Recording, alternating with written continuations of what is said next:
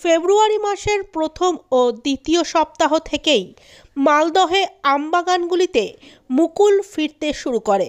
ইতিমধ্যেই বেশ কিছু গাছে মুকুলও আসতে শুরু করেছে। এ সময় গাছের পরিচর্যা করা অত্যন্ত জরুরি।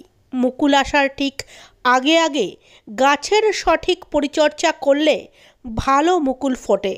জেলা উদ্যান পালন দপ্তরের কর্তারাও এখন কৃষকদের আমের গাছ পরিচর্যা করার পরামর্শ দিচ্ছেন। আমবাগানগুলিতে গাছের শাখা প্রশাখা ভালো করে জল দিয়ে ধুয়ে ফেলতে হবে। এতে গাছের ওপরে ধুলো বালি পোকামাকড় সমস্ত কিছু পরিষ্কার হয়ে যাবে। মুকুল ফিরতে অনেকটাই সুবিধা হবে। মুকুল ফোটার সময় কোনো রকম পোকামাকড়ের উপদ্রব হবে না গাছে। এ সময় প্রতিটি আমবাগানের গাছের গোড়া গোল করে খুঁড়ে দিতে হবে।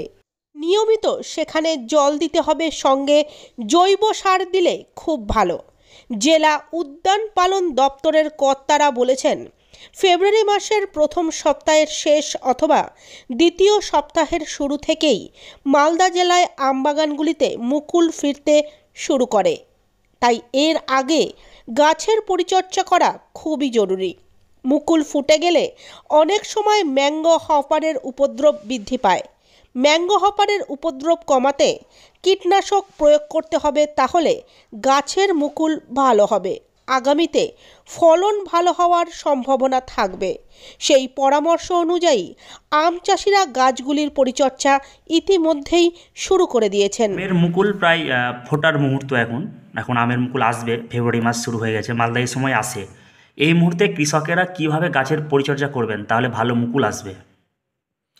হ্যাঁ, আমের ক্ষেত্রে যেহেতু আমাদের মালদা জেলাতে এই ফেব্রুয়ারি মাসের ফার্স্ট উইক থেকে সেকেন্ড উইক এই সময়টায় জলদি জাতের আমের মুকুলগুলো সচরাচর চলে আসে। এখনও পর্যন্ত মালদা জেলার যে আবহাওয়া, সেই আবহাওয়া কিন্তু কমফোর্টেবল আছে, কোনো প্রতিকূলতা সিচুয়েশন এখনও তৈরি হয়নি।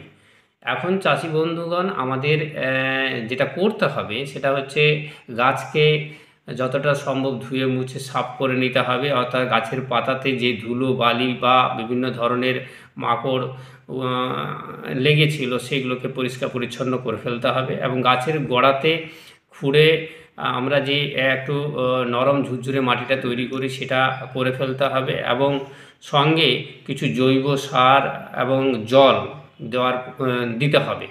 এটা দিলে কি হয়, একদিকে যেমন পাতাটা পরিষ্কার হয়ে গেল, ক্লোরোফিল মানে যেটা ফটোসিনথেসিস হয় অর্থাৎ গাছের রান্নাঘর যাকে বলি, সেইটা যদি আমার সারফেস এরিয়াটা পরিষ্কার পরিচ্ছন্ন থাকে, সূর্যের আলো পাওয়া মাত্র সেখানে কিন্তু ফটোসিনথেসিস পর্যাপ্ত পরিমাণে তৈরি হবে এবং মুকুল যখন আসবে আর ধরুন হয়তো 7 দিন বা 10 দিন পরে যখন মুকুলগুলো বেরোতে শুরু করে দেবে, তখন যদি একটু এর উপদ্রব হয় ম্যাঙ্গো হপারের, তখন আমাদের কিছু ইনসেকটিসাইড আমাদের প্রয়োগ করতে হবে।